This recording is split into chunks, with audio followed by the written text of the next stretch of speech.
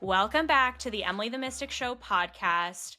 Oh my gosh, my dear listener, today's guest, she is truly an angel on earth. I had the pleasure of receiving a reading from her a few years ago and was so delighted when an email arrived in my inbox with the opportunity to interview her. She is a celebrity to me in the spiritual space. And so she's shaking her head. I cannot wait to introduce you to Julie Ryan today, everybody. Julie is a psychic medium and a medical intuitive who can sense what medical conditions and illnesses a person has and facilitate energetic healings. She can communicate with spirits both alive and dead. Julie is a buffet of psychicness and can scan animals, access people's past lives, and she can tell how close to death someone is. Her book, Angelic Attendants: What Really Happens as We Transition from This Life into the Next, describes a series of events that involve angels, multitudes of deceased family and friends, the spirits of deceased pets, and countless serendipitous and miraculous moments. Each week, Julie scans callers on her Ask Julie Ryan show, which is heard in over 100 countries throughout the world and is ranked in the top 0.05% of podcasts. Julie is also a businesswoman, an inventor, an author, a podcaster, and a serial entrepreneur. Her surgical devices and inventions are sold globally, and she has founded 9 companies in 5 different industries. Wow. Hi, Julie. Welcome to the show. Hi, girl. I'm so thrilled to be with you today. Thank you for the invitation. Oh, my goodness. Where are you joining us from? Birmingham, Alabama, darling. Love it. I was actually just in the South myself on a trip to Tennessee. Oh, wonderful. I love living in the South. Obviously, I'm not from here originally, but I've lived in the South for about 30 years now. So I consider myself a Southerner with damn Yankee roots. Oh, I love it. Fabulous. I'm just obsessed with finding light workers and intuitives all over the globe. So that's I amazing. know. Mm-hmm. Yeah. Yeah. I'm in the buckle of the Bible Belt. That's Mm-hmm. what they call it down Yeah. here. I'm a Catholic girl. I'm part of the 1% of Catholics in the state of Alabama. Wow. Yes. Yeah. And we were just having a little conversation ahead of this. Can you share with us your astrology, Julie? Yes, I'm a Taurus. That's all I know. That's all she knows. No, And I love I that. I love hearing, that my third moon's in Pluto's house with Saturn rising and, Jupiter orbiting. I have no clue what any of that means. I always just tell astrologers, just give me the bottom line. What's it mean? I don't need to know all the details. So when you asked me about my moon rising and all of that, I said, yeah, I don't know any of that. I just know I'm a Taurus. Although we had an amazing full moon last night. I I don't know mean, if we you had saw that. it was a Taurus full moon, Julie. No wonder. I It was. I was howling at my husband because it was a full moon. Whenever it's a full moon, I howl like a wolf. And he just thinks I'm nuts because sometimes I'll sneak around to the back side of our house where our TV room is, and I'll howl outside the window, and he'll just be shaking his head, going, "Oh my God, I'm married to a maniac." But it's There she fun. goes again. I I love it. know. Oh my gosh. Okay. Well, can you explain to us in your own words what is a medical intuitive and what does that realm of work look like in your life? Sure.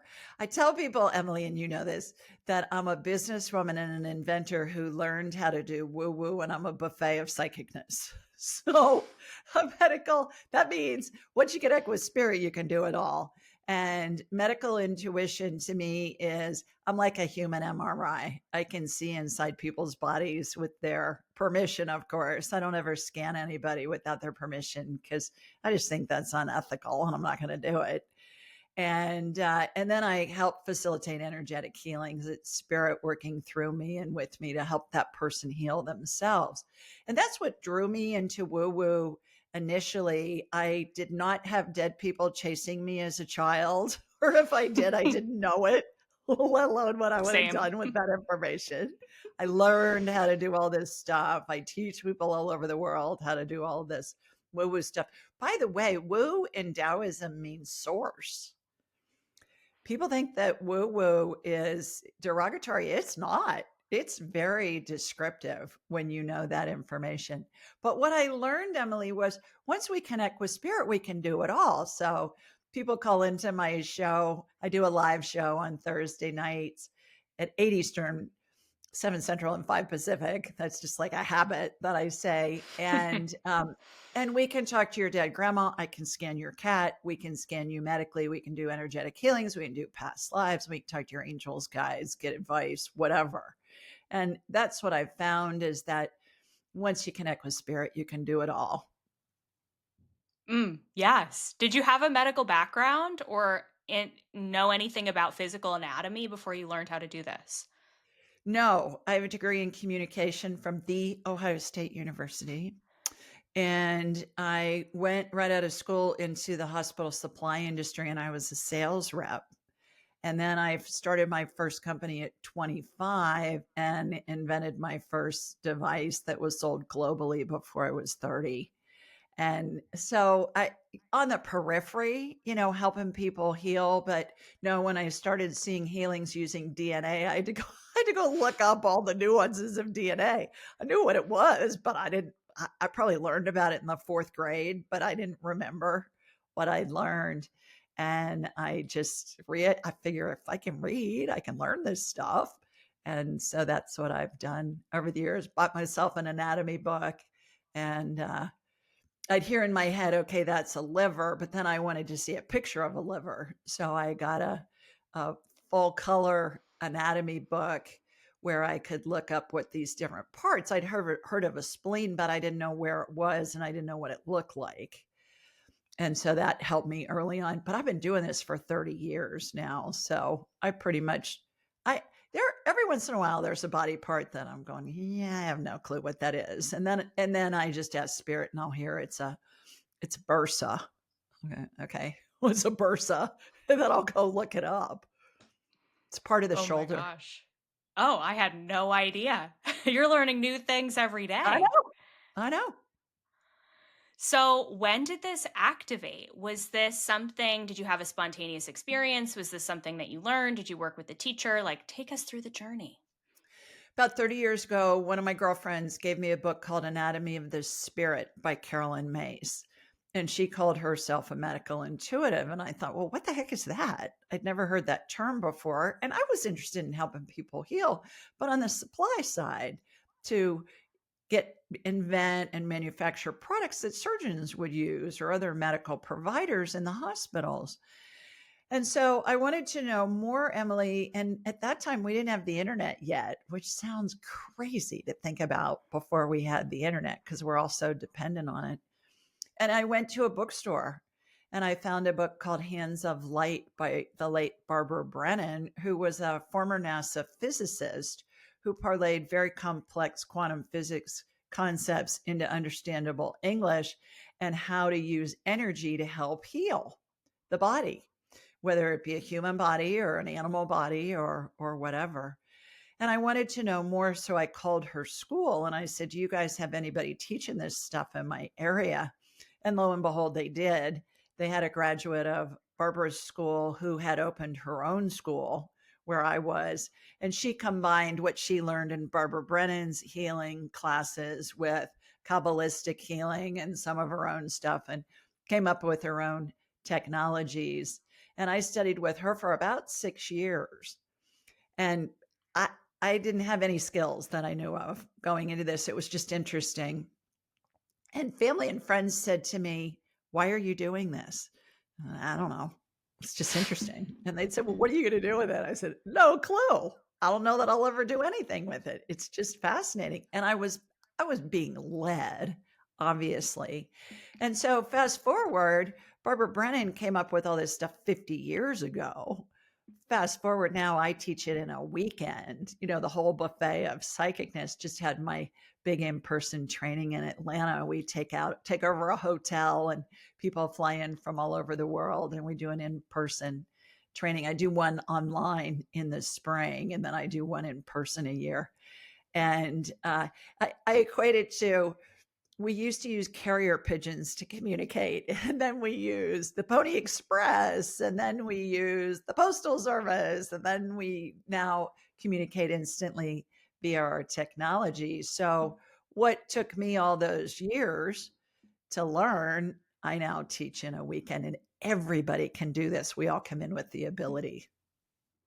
And do you believe that everyone has the ability to learn the medical intuition side of things? Oh, yeah, all of I it. love It's it. all the same thing. It's all connecting with spirit. And if you think about it, we're all doing it whether we are aware of it or not. Here are a couple of examples, Emily. First of all, we've all experienced thinking of somebody, and then we get an email or a text or a phone call, or we run into them from that person, and we think, oh, what a coincidence. I was just thinking of you this morning, and here you are. And then most of us have had a child who's fallen and skinned their knees or gotten a cut or something, and we comfort them and we kiss their boo boo and we send them on to go back out to play. Well, what are you doing? You're healing. You're helping that child heal, because at the end of the day, nobody ever heals anybody else, ever. No doctor, no medical provider, no healer, no shaman, nobody, no person like me. We all help the person heal themselves. And I talk in analogies a lot because I think it gives our human minds a frame of reference for all this woo woo stuff. And my analogy for this is, if you have a big cut on your leg and you go to the emergency room, they're going to stitch it up for you. But the doctor that stitches your leg is not going to make your skin grow back. You make your own skin grow back. He's just helping you heal your body. And that's what energetic healing is. That's what Eastern medicine, Western medicine, chiropractic, whatever. It's all part of the healing equation. I absolutely love that. And that's what I teach my own clients as well, is that we all have our own inner healer, and we're activating that inner healer when we work with someone who's receiving energy healing from us. So I am not doing the healing technically. I am helping channel the healing experience for your inner healer to come online to facilitate the work within you. Right. So I love that. Exactly. Yeah. I say it's spirit working through us and with us to help Yeah, that person heal themselves. 100%. And And the when it more comes to your you gifts, sorry, go ahead. One other point about the healing is the healing can integrate instantly. It can take days, weeks, months, may need some kind of complementary care like change in diet, physical therapy, surgery, whatever. But it's all part of the healing equation. And everybody's different. And it's all predicated on what that person's spirit wants to explore and experience in this lifetime. 100%. And I love that with the work that you do, you combine the best of both worlds. So you're not just giving people the information about what you're seeing within the body, you're also helping to facilitate a transformation that goes along with it too, right? Yeah, exactly. And I always suggest that they envision what I'm describing because I get crazy analogies from spirit. Spirit's hilarious. I know you know this. And I'll say to somebody, okay, your elbow looks like whipped cream or something nutty like that. And it's a human frame of reference for this energetic healing that's happening because we don't have an example. We don't have a human frame of reference. And really, we don't have a human frame of reference for our our Western medicine healing and how the body heals. If you have a cut, you don't watch every cell attached to the next cell to the next cell to the next cell and grow the bottom layer of your skin, the epidermis, the dermis, and and all of that. But we know that it works. And it's the same with energetic healing as well. And when it comes to the way that your gifts come through to you, when you are working with a client, are you running a scan of their body? Are you seeing the anatomy in your mind's eye? Are you hearing things from spirit? Walk us through how your gifts work through you. All of the above. I raise my vibrational level to the level of spirit because we're all spirits attached to a body having a human experience. Most of us have heard that many times. And when we're attached to a body, we vibrate more slowly. I like to use the analogy of imagine running an electrical current through a bowl of pudding. It's going to slow it down because of the density of the pudding. Same thing with the body.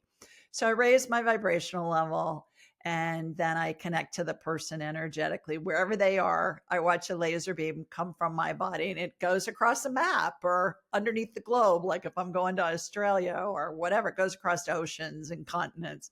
It's a riot to watch it. Sometimes I see it just go right up freeways and highways that I know.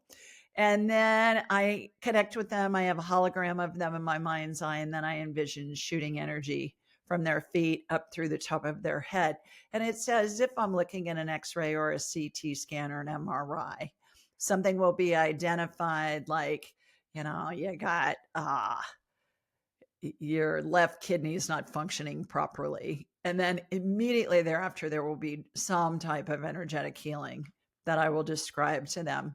And then I'll do it again. Something will be identified, they'll be healing. Something else will be identified, they'll be healing. It goes very fast. And then I always, when I have somebody for an hour, like if they call into my show, I got 5 minutes with them just because we're trying to get as many people on as possible and get their questions answered. But when I'm talking with somebody as a client for an hour, I always end the time together with what I call the energy field membrane healing, Emily. And the energy field membrane is the container that holds the energy that makes up our body and our spirit. And it reminds me of a really thin plastic bag. And so that energy is contained in there. Well, when there's a leak, their leak in power always precedes any kind of medical condition. And the leak is caused by an energy block, a la Eastern medicine, acupressure, acupuncture, clear the block, get the chi to move, that whole concept. Energy blocks are caused by an emotional event, either in this life or a past life. So I'll go into that tear or hole and I'll be given information. If it's this life, I'll get a year. And I can get lots of other information too. But in the past year or so, I just mentioned the year, and I would say 98% plus of my clients, they know what happened in that year. And it may be something benign, like somebody called them a bad name when they were little and it hurt their feelings. And we look at that as adults and we think, well, that was no big deal. And yet it was a really big deal to your 3-year-old little self when that happened. Or it may be something dramatic. If it's past life, we'll get where it was, when it was, what happened, and then we'll correlate it with what they're exploring in their current life. As soon as we illuminate where that block began, it eliminates it, allows the energy field membrane to heal, allows the body to go back to working on full power, which helps the body regain and maintain health.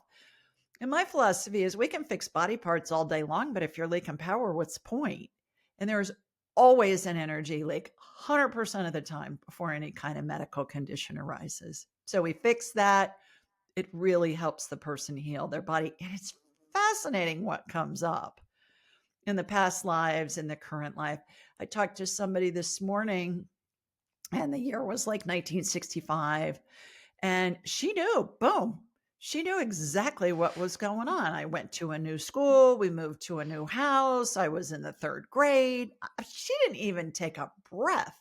She knew immediately what the emotional event was that was happening at that time. Oh my gosh, my gifts work similarly. And it's wild to me because the guides will just give me an age. They'll be like, oh, yeah, 9 years old, 6 years old, 3 years old. And I'll tell my client that. And they're like, oh, yeah, that's when my parents got divorced. I know. I'm like, it still blows my mind to this day. I'm like, oh my gosh, this is crazy. Well, and you can't make this stuff up. No. There's no way you could know that. Yeah, no way. Do you ever have the experience happen where someone doesn't remember? And do you feel like that's because of repressed memory, or what do you think that is? Every now and again, like maybe 2% of the time. And then I just go into that terror hole and it's like I've walked into a scene in a movie and I can see them walking down the hall carrying their books and there's some mean girls giving her a hard time about something. Yeah. Or my favorite story about that is I was working with a client who lives in Guernsey, one of the northern British Isles. And I had gone into this tear and I think she had like a big hole in her energy field membrane. It almost looked like somebody had shot a beach ball from the inside out. So I go in and I saw her as a preteen and I saw this big explosion behind her. And I said, "Does that mean anything to you?" And she said, "Yeah, I was a victim of an IRA bombing when I was 11, and I spent 3 months in the hospital." I said, "Okay, that's a dramatic situation where it was it was an emotional." She said, "I still have shrapnel in my thigh."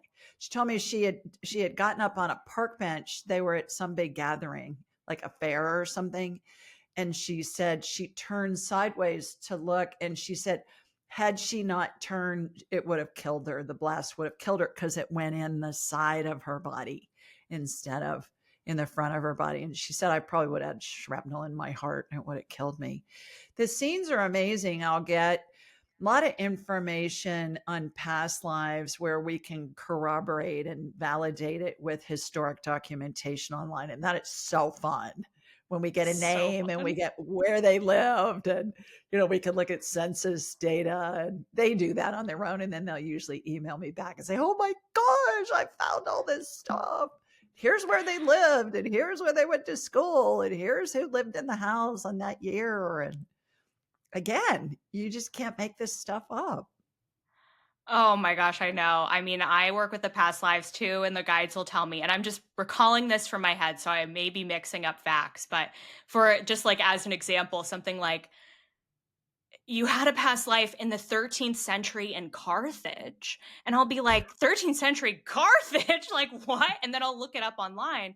And yeah, that actually, was a place that was active in the 13th century. And I'm like, where does this come from? It I comes from know. spirit, obviously, but it's just mind blowing. So, and I would imagine that you do you get a lot of medical mystery cases? And how do you handle that? What are some of the cool things you've seen or interesting experiences or stories that you have around the medical mysteries? A lot of people will come to me when they've exhausted the traditional medical routes. They've seen multiple physicians, gotten, in some instances, multiple diagnoses and treatment suggestions, and none of them have worked. So they're coming to me going, "Okay, you're kind of my last resort."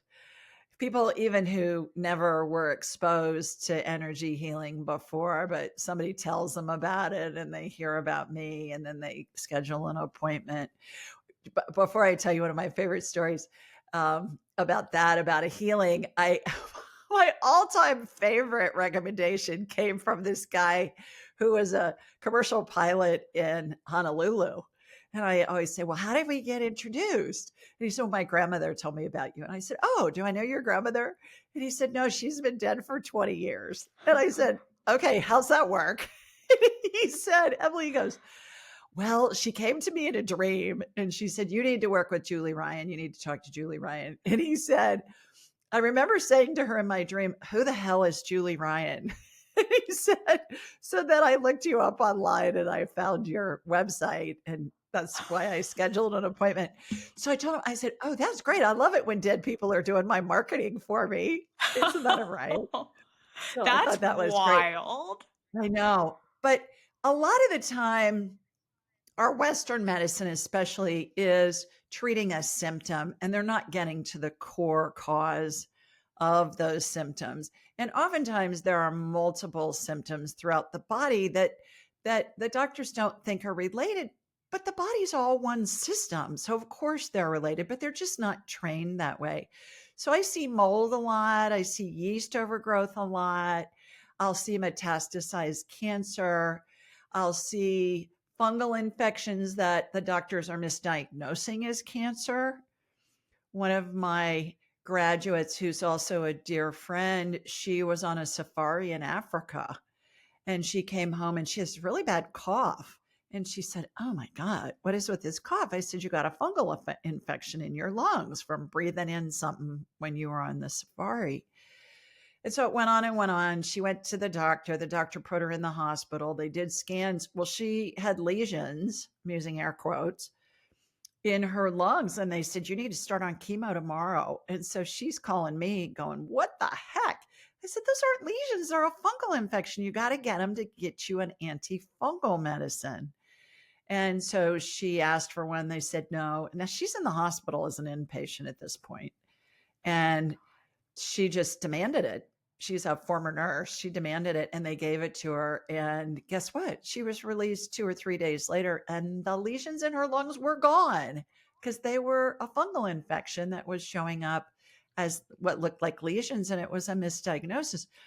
In America, the third leading cause of death is medical mistakes, misdiagnoses, and what they call nosocomial infections, which are infections you get in the hospital. And that's pretty frightening. So when people come to me, oftentimes they're at their wits' end and they're saying, I don't have anything to lose. And then I'll say, all right, yeah, you got metastasized cancer, but you're also full of black mold. Where's the mold? And they'll say, I don't know. A lot of times they know they have a mold problem. They have a water leak in their roof or someplace. And if they don't know, then we'll scan their house and I'll tell them, okay, it's in the, on the left wall in your front room, and it's on the roof of your kitchen in the back left corner. And yeah, once you can do this remote viewing and tapping into spirit, you can use it for everything. How about the phantom pains? I feel like that's one thing I get a lot with my clients, are people who have the phantom neck pain or the phantom lower back pain that's just plagued them, for decades and hasn't gone away. Do you see that as an emotional or energetic thing? And do you find that once you facilitate some energetic shifting that it often goes away? I don't really run across phantom pain. What I run Mm. across more of, Emily, is people who've been to multiple doctors and they can't find anything. And then I get them on my radar and it's like, okay, here's what's going on. And then Ah, we do a okay. healing and it fixes it. And Hmm. then the emotional component we fix at the end, what I call the energy field membrane healing, what I described a couple minutes ago. So the only time that I'll see phantom pain is sometimes if somebody's had a limb amputated and that energy field is still there and they're feeling it. And I believe that they really are feeling it from an energetic perspective. The coolest thing that I get to use, and this came in many years ago for me, is stem cell energy that'll regenerate any body part we need. And I watch it regenerate whole organs. I'll see a mold, let's say, of a left kidney, and I'll watch stem cell energy go into this mold. I'll watch a vortex spin above it. It'll create a kidney. I'll watch the plumbing get clamped off. Again, this goes back to my surgery experience for all those decades developing products and things. I have a general understanding of how this works. The plumbing will be clamped off, the diseased organ will be removed, the new organ will be installed, it'll be stitched in. When the clamps are removed, it's so funny. The organ lights up brilliantly and it sounds like a diesel motor starting, like a Harley motorcycle or a diesel truck. Every time it's like, the whole sound that comes in. I didn't used to see I used to see actually transplant surgeries early on where I'd see the donor patient, the recipient, I'd watch the diseased kidney, let's say, removed from the recipient. I'd watch the healthy kidney get removed from the donor. I'd watch them do that. But since stem cells have become part of the zeitgeist, if people don't know what that is, they've at least heard the term. I don't see transplants anymore with donor patients. I see new organs get generated. When I was a kid, I don't know if you've ever heard of this. There was this kit that my brothers got at Christmas in the 60s, and it was called the Creepy Crawler Kit. Have you ever heard of creepy crawlers? No. Mm-mm. It was these molds, and you could put this gel stuff in it, and then it had this little baker thing that you'd put the mold in, and it would cook it, and it'd come out with like cockroaches and worms and creepy crawler kind of things. And it reminds me of that. It also reminds me of when I was manufacturing surgical devices. We use blow molds and injection molds to manufacture the plastic materials. And so that's what I'm seeing happen in these healings. It's so much fun Oh my to God, watch so all this much stuff. fun. Yeah. Would you say, are there any common things that a lot of clients come to you for, or that people seek you out for? Like, what would you say some of the more common things are that people are wanting your help with? For medical or for anything? For hmm, well, both. Okay, for medical, a lot of it is GI related, or they have a plethora of symptoms and nobody can figure out what the heck is Mhm. going on. I'll see that a lot. I'll see a lot of back pain that they can't figure out what's happening, or I'll get a lot of people who will say, my doctor just says I just got to live with it. Basically, you're screwed. You're going to be in pain the rest of your life. I have met more than one person that was diagnosed with really a debilitating disease like MS or Parkinson's or something like that, and they were just told, or Alzheimer's. They were just told, you're basically go get your affairs in order because you're going to be blind and in a wheelchair and unable to live your life. And the person was healed within about a month or 6 weeks, and it wasn't an issue.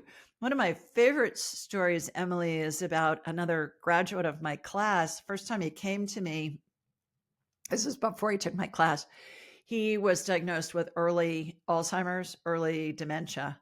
And the doctor said, there isn't anything we can do for you. Get your affairs in order because it's just going to be downhill from here. And then he got a second opinion and heard the same thing. So I got him on my radar. He came to me. I got him on my radar. And I said, I think it was the left side, the whole left side of your brain is scar tissue. Like I'll see scar tissue in the brain from somebody that's played football or soccer or had a concussion, but the whole left side of his brain Mm. was all scar tissue. And I said, were you in the military? Were you in an explosion somewhere? What happened? And he said, well, I am a defense contractor. I'm an engineer. I was on assignment in Iraq. We were at a base. A missile came in and exploded. And he Mm. said, I was sitting with that side of my body to my window. We didn't have any damage where I was on the base, but that's exactly what happened. And I said, all right, that's what caused it. So we removed the scar tissue, used stem cell energy to regenerate new brain matter. And he was released from the neurologist 6 months later and hasn't need to go back since. So that was something that, that the medical community, there's no malintent there. They just aren't aware of what can happen to heal this person. And that, Emily, I think was 6 or 7 years ago. And he's just Wow. fine. And he That's doesn't even go in miraculous. for checkups. He's now retired as an engineer and works for one of the tax companies at tax season and is doing people's taxes and overseeing like the whole IT department of his town for the company. So it's remarkable how people can heal. Another woman I was talking to, and I scanned both her and her husband. We worked on her first, and she had a ganglion cyst on the knuckle at her ring finger. And so then I was working on her husband. And before we got off the call, she said, Julie, I got to tell you, that cyst is completely gone. She said, it's completely gone in less than an hour. So I think those are examples of how the body can heal itself instantly. It's not me doing it, it's them. They're healing themselves. Body can heal itself instantly. It can take days, weeks, months, even years. Oh my gosh, the miracles. Wow, They just are. incredible. And and it's so fun when I get to see new healings, and I tell my clients, "Okay," you may hear me say, "Oh, cool, I haven't seen this before." And that appeals to my inventor brain, and then I feel like, "Okay, it's another healing in my bag of tricks." Inevitably somebody else will show up with similar symptoms, and I'll get to watch that healing. So, what I've found over the years is spirit continues to come in with new healings and more advanced healings, and like the transplant example, that was early in my work with this. Now it's all stem cell energy. Stem cell energy I use to seal leaking breast implants till the people can get them explanted. I mean, this stuff's amazing. But if I was given the information on stem cell energy, nobody would know what it meant, including me, until it became part of the lexicon and the verbiage that we all No, even if we don't know all the nuances of it. Well, I feel like these are all future technologies Oh, that yeah. our medical system has not caught up to yet. Right. So, Yeah, well, and that's what I see. Sometimes I see devices and methodologies used. Often I'll see devices and methodologies used that haven't been invented yet. mm. Just so magical, Julie. It's I really want to fun. I want to ask you about your gift with death and knowing when someone is close to death. How do you handle that? I feel like that could be a little bit tricky with how to either communicate that information, or maybe people already know that they're close. I don't know. So I would love to hear your perspective on that and how you handle those conversations. Sure. We're all surrounded by angels and the spirits of deceased loved ones and pets as we're transitioning. I found, Emily, that there's lots of information out there about the afterlife and how to grieve and near death experiences, but not much about what's happening as we're currently dying. And that's what everybody's afraid of. Are we going to fly or are we going to fry? We've all been taught in our Judeo Christian um, Western culture, okay, you better do this or you may burn for eternity. Well, newsflash, everybody goes to heaven. There was a movie out in the 1980s that all dogs go to heaven. Well, all people go to heaven too. And we can talk more about that. All spirits are pure love. But I go through what I call the 12 phases of transition. And it's a unfolding of events that happen. And I'd love to go through those with you in a moment. First, this is what I write about in my book, Angelic Attendants, what happens as we transition from this life into the next. And it's full of diagrams about how the angels are positioned and where the dogs and the other pets are and all of that.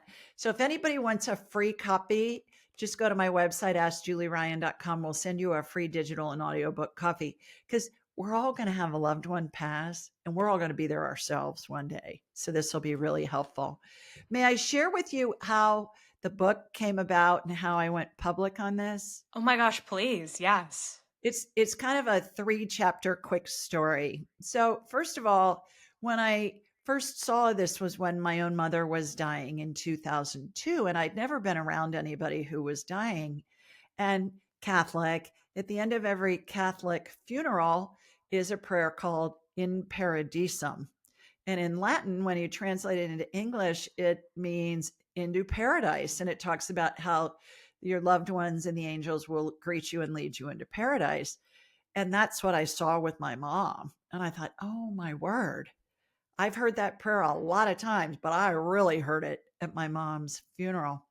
So fast forward a few years, I'm with my mentor. I'm having a healing on me. And when I'm laying on the table and she's zapping on me, all my deceased loved ones' spirits line both sides of the table. Even my dog, Katie, her little paws are up on the table and she's on her hind legs, her little spirit, and she's helping in the healing. So one day, Emily, this spirit of a dead pope shows up. Got the pope hat on, the shepherd's rod, the whole 9 yards. And I said, well, who are you? And he said, I'm Clement. I said, great. Sorry, I never heard of a Pope Clement. And he said, he laughed and he said, well, I was number 6. I said, okay, how may I help you? And I'm thinking, why is this guy here? And my mentor, Susan, could see him too. And he said, well, you're supposed to teach the world what happens when somebody dies because it's been so bastardized over the millennia and everybody's afraid. And there's nothing to be afraid of. It's glorious. You know that. By that time, I had worked with several family and friends. My response was, thank you so much for your vote of confidence. But you see, I'm a businesswoman. And if I do that, people are going to think I'm nuts and it may hurt my businesses. So I'm really not interested. But thanks for stopping by. He laughed and he said, well, everything you've done in your life, in your business career has prepared you for this. You just need to get on with it. And I said, again, thank you so much, but I'm really not interested. So I get ready to go home and I'm in my car. And just for kicks, I looked up on my phone, Pope Clement the Sixth. Emily, come to find out, this guy was in office during the Black Plague, and he's best known for his prayers for the dying and his prayers for the dead. And I'm thinking, Ryan, you can make that up. I mean, really. So, he's around me for the next couple of years. Then one Sunday, I'm sitting in church between my husband and my son, and the priest, during his sermon during Mass, says, "Wouldn't it be nice if somebody could tell us if really we're greeted by our loved ones and angels and escorted to heaven?" And I'm getting elbowed from my husband and my son. And I'm thinking, God, really? You're giving me grief about this from the altar, from the pulpit? Really? So I'm like, okay. So I wrote angelic attendants, and then I had to put up my website. So I thought, oh yeah, let's see what happens, see what this effect this has on my companies. So few weeks after AskJulieRyan.com went out and we put it up and it went public, I was speaking at a business conference on a business topic, and it was a bunch of C-suite executives. There are hundreds of people in the room, mostly men. So after my talk, this guy comes up and he's got his iPad open to AskJulieRyan.com. And he said, "Is this you?" I'm thinking, yeah, there's my picture. And I said, "Well, yes, it is." And in my head, I'm thinking, oh, here we go. And he said, "Well, can we sit together at lunch? I want to know more about this." And I'm thinking, great, I'm going to get pummeled for an hour at lunchtime. So I smiled and I said, "Yeah, absolutely. I'd love that." And I'm thinking, oh, please. So we sit at this table of 8 people, Emily, 7 guys and me. And all they wanted to talk about was woo-woo. Nothing about the conference, nothing about business stuff, nothing about my lecture. They just want to talk about the woo. And I said, okay, I'm in full bore. So that's how the book came about. And that's really how I jumped in with both feet and came out of the closet. I love that story so much. Wow. Talk about being Spirit was led. like, here are all your signs. Let's do this. Oh my goodness. Wow. Exactly. And so then I sold a couple of companies and just jumped in with both feet and been doing this ever since.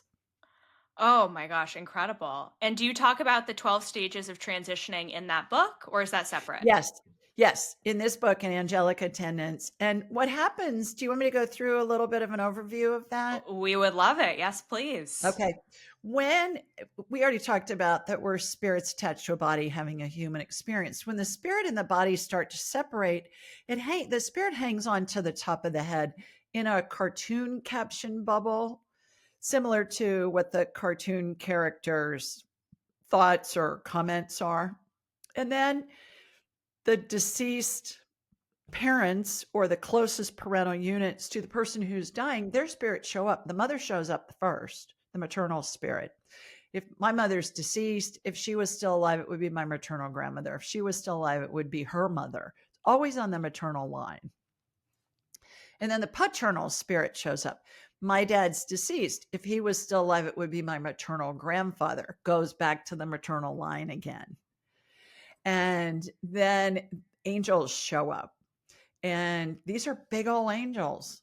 They look like what a Catholic school girl thinks angels look like. Big wings, white gown, rope belt, barefoot. Does that mean that's what angels really look like? Well, that's what they look like to me, because that's how I was taught they look. To somebody growing up in an indigenous culture in the middle of the Amazon, it may look like a ball of purple fog. It's all based on our own frame of reference. And I thought that was really interesting that it's the maternal spirit that really runs the show from the spirit world. I kind of thought God would have like a death department in heaven. And they'd say, okay, Susie Q's dying in Memphis, send an angel to go help her in her transition.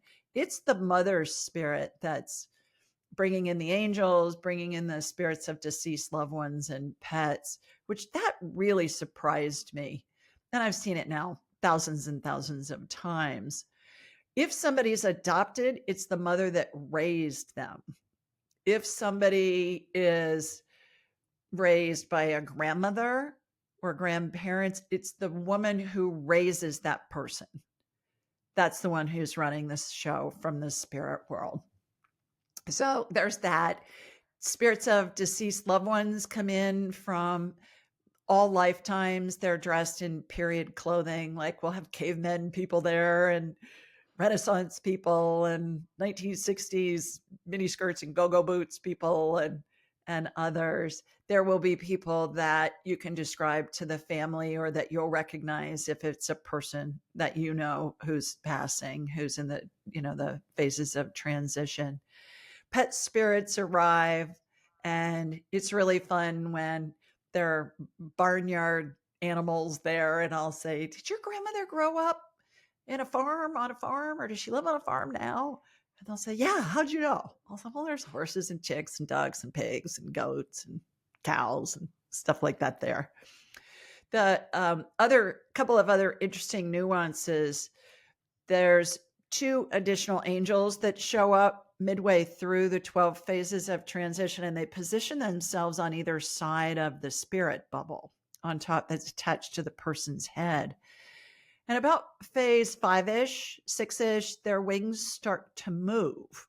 Now, I saw this for the first time with my mom, and I thought, this is going to be interesting because I have no idea what they're going to do, but I know they're going to play some kind of a big role in this transition. And quite frankly, with my mom, I felt like the Lady of Justice scale, where on one side my heart was breaking because my mother was dying, and on the other side I'm watching all this glorious stuff go on. So it was really an interesting balance. And that's what Clement wanted me to do. Let people know there's a glorious side to this. So at the end of about phase 9, those angel wings started to move, the ones that were on either side of the spirit bubble. And they reminded me of a giant owl, Emily, where fluid, slow, rhythmic movements like of an owl's wings. And if you've ever seen an owl fly or seen a documentary on it, it's almost like you can feel the drag that's created by the movement of their wings. And what I noticed was that that movement of the wings started creating a vortex above my mom's head. And I thought that's how her spirit's going to detach from her body. Because I'd heard of NDEers talk about going through the vortex or the tunnel. And I thought, I'll bet that's what that is. So sure enough, that's what happened.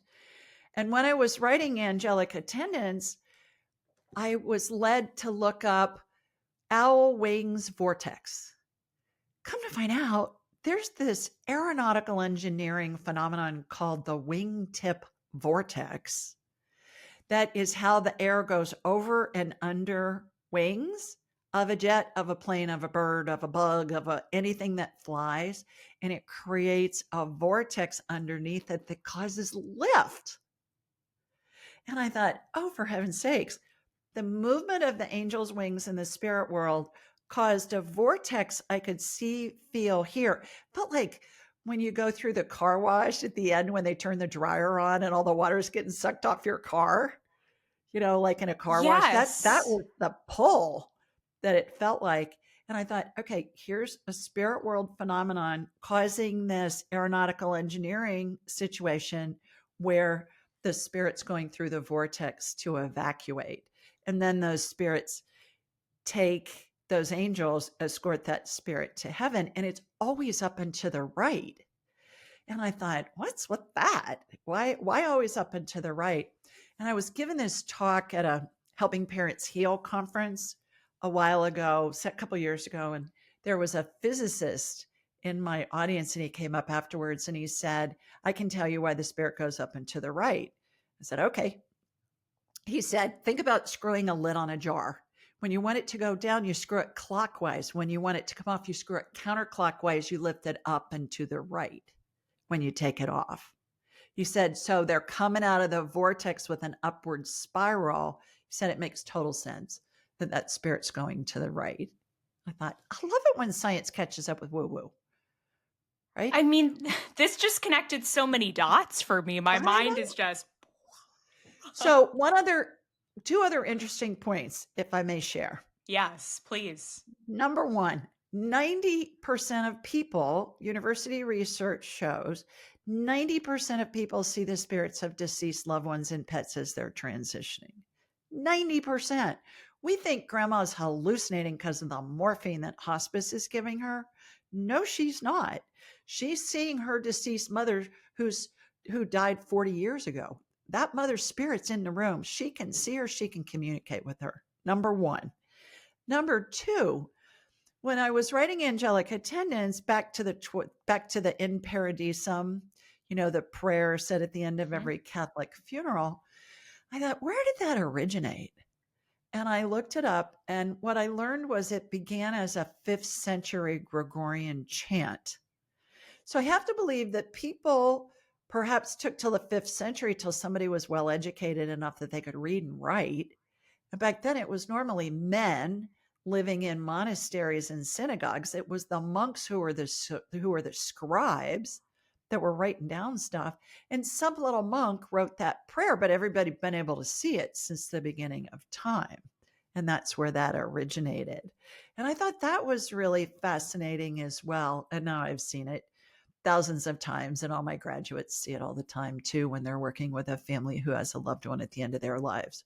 So it's very comforting to know that nobody ever dies alone. We're all surrounded by angels, spirits of deceased loved ones, and pets. And since time doesn't exist in the spirit world, everybody goes through the 12 phases, regardless of if they die instantly, like in the case of a homicide or suicide, or Mm. whether they die over a prolonged period of time, days, weeks, months, even years. Mm. Oh my gosh. And the other thing too that I feel called to say is the sound that you described Yeah. is really fascinating because I've had a few astral travel experiences in the middle of the night that are so loud, and I've never been able to understand what the loud sound is that I'm hearing, and it's the spirit leaving the body. Yeah. Going through the Fascinating. vortex. Well, Going and through the vortices are vortex. everywhere. I see vortices in all the healings that I do. They're very prevalent. I see it when somebody's dying. Recently, in the past couple of years, scientists have discovered that in the nucleus of every human cell is a vortex, it's a black hole. So, Yep. vortices, all spirit communication comes in the form of numbers, and then our brains decode those numbers into images and feelings and sounds and smells and all that jazz. So, I find it fascinating. There's a whole area of physics called vortex mathematics. I say vortices all the time in all of this work that I do, really in all of the different areas. It sounds like you're seeing them a lot too. Well, we call them portals here. And at the beginning of this podcast episode, we say the portal is now open to the Yeah. podcast. So, Yeah. yes, we talk about portals and vortexes a lot here. Right, right. We do this exercise called the walk to heaven for people who are very afraid to die. It's primarily elderly people who've been very ensconced in a religion of fire and brimstone, or, they're afraid that they're going to go burn in hell because they ate a cookie at 5 when they weren't allowed to, or the Catholics, they're going to burn in purgatory. None of that exists. Everybody goes to heaven. But it's interesting to me how when we go through that exercise before we get to heaven, heaven looks like this big plasma wall to me. By the way, I've never seen St. Peter out front with a clipboard going, "Yeah, you're allowed in. No, you got to go burn for eternity." Everybody comes in. But when we go through the plasma wall of heaven, it just immediately closes like plasma. And then when we come out, it closes too. So before we get to the pearly gates, we go through the setting sun, and there's a vortex that pulls us. That's what black holes are. They're vortices in outer space. And it has a gravitational pull, and it pulls us in, and then it pulls us the opposite direction when we're coming back, because the walk to heaven is kind of like a dress rehearsal of what's going to happen. And the person's spirit sees all their loved ones are going to be there waiting for them, and inevitably they'll go ahead and pass within a short amount of time because they're hanging on because they're afraid. They don't know what's going to happen. And I would imagine as a medium, you get a lot of messages from the loved ones that tell you not to be afraid. Oh, yeah. Well, they're just hilarious, the loved ones. You know, they're just especially when people are talking to their loved one for the first time through me or I mean, that's my experience, as a psychic medium and medical intuitive, and they'll be expecting some monumental, life-changing, philosophical, amazing message, and they'll show me a bowl of strawberries. I'll be like, "Really? That's the first thing you wanna say to me?" But it's them giving them, acknowledgement that, yeah, it's really them. May I share one of my favorite stories about what Spirit said initially when talking Please. with her Yes, daughter? please. My client, her mom had passed like a month or 2 prior, and she was so in grief, she was so bereft, and she was so excited to talk to her mom, so we got her mom on the line, and first thing out of her mom's mouth, Emily, is, "You need to throw out your peanut butter." And my client's going, "Seriously, mom? That's the most profound thing you can say to me?" And the mom said, "Yeah, you need to throw out your peanut butter." And I said to her, "Does that mean anything to you?" She goes, "No." I said, "Do you use peanut butter a lot?" She said, "Yeah, to make my kids' lunches every day. Peanut butter and jelly sandwiches is our favorite." I said, "Just go look at the peanut butter." She went and looked at the jar of peanut butter. It had expired like a year prior. She was using peanut butter that God only knows what was growing in it. And her mom from heaven is saying, "You need to throw out that peanut butter, get a new jar." And and I said to her, "You were looking for something really profound from your mom. That's pretty profound. That if that peanut butter has junk growing in it, I don't know that you want to be feeding it to your kids."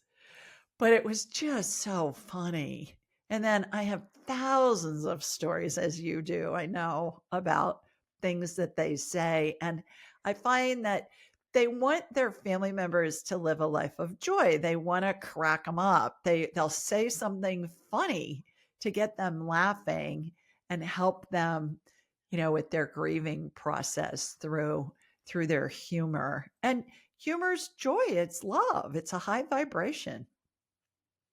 It is. It is so true. I mean, we make this life so much harder than it needs to be. My guides have been laughing at me about that lately. They're like, Yeah. Emily, relax, enjoy your life. It's all going to be all right. Yeah. Quit being such a drama queen. Stop it, Emily. Y Stop. yeah. Oh my gosh, Julie, this has just been absolutely magical. I feel like I could ask you questions all night long, but I know you have your show tonight, so we've got to let you go. To wrap up this episode today, can you share with us what does being a mystic mean to you? It means a life of joy in the human adventure, I'll say. It means that I have access to any information whenever I want it through universal intelligence. I just ask spirit. It means that I have the honor and privilege, like you, to help people on their journeys. And if I can provide just one little teeny, teeny, teeny, tiny bit of comfort to them when they're grieving, when they have something going on that's scaring them, maybe a medical condition, or they have a pet that's sick, or a child or something like that, and I can provide a little bit of comfort to them, what an honor and a joy to be able to do that. So I believe that our natural state is joy. If you look at any baby, they're happy, they come in happy, unless they're hungry or they need their diaper changed or they don't feel well or they're sleepy. Our natural state is joy, and it helps me remember that. Mm, wow. I couldn't agree more. Natural state is joy. Absolutely. Any final tips for living a mystical life? Be open to the signs. Spirit's always communicating to us. Think of a satellite TV station, or a cable TV station, or a Roku or a Netflix. They're all broadcasting a lot of different shows simultaneously. And the show you're going to be watching will be determined by what channel you choose. So when you want to connect with spirit, our heads are like big satellite dishes. You just think of whoever you want to talk to, whether it be your deceased grandmother or Elvis. It doesn't matter whether you knew him or not. It doesn't matter if they're attached to a body or not, their spirit. It turns your spirit into their spirit. You have a two-way radio that opens up. You say something, either aloud or in your mind. And the first thing that comes in your head, fast as you can snap your finger, is going to be them answering you. If you think about it for more than a couple of seconds, that's going to be your brain. Re-ask the question, remake the statement. And we're all doing it all day long. We just don't realize it. And then the other thing is when you get guidance, act on it. That's the key, is act on it. Don't come up with 50 million reasons why it can't work. You're using your imagination to envision things you don't want. When you get guidance and you know in the pit of your stomach, oh, this is guidance, act on it. Look up a website, read a book, talk to somebody about it, take a step, and then you'll be led to the next step and the next step and the next step. It's so much simpler than we think, and we like to overcomplicate it, but usually the answers are already right there. We just have to take the action and go. Exactly. Exactly. Oh, well, Julie, where can people find you and how can people work with you right now? AskJulieRyan.com is the kind of the hub of everything. Ask Julie Ryan show. We're on all the podcast networks. We release 3 shows a week, 2 interviews, and a live show on Thursday nights at 8 Eastern. We have 5 YouTube channels in 5 languages. Everything's at Ask Julie Ryan. We've got English, Spanish, Portuguese, German, and French. So come join us. And it's a ball. Call into the show sometime with your question. Magical. Yes, my listener, do it. I can't wait to hear what you receive from Julie. Yay. Thank you, Julie, so much for your time and all of this mystical wisdom that you've poured into our show tonight. And everybody, the portal is now closed.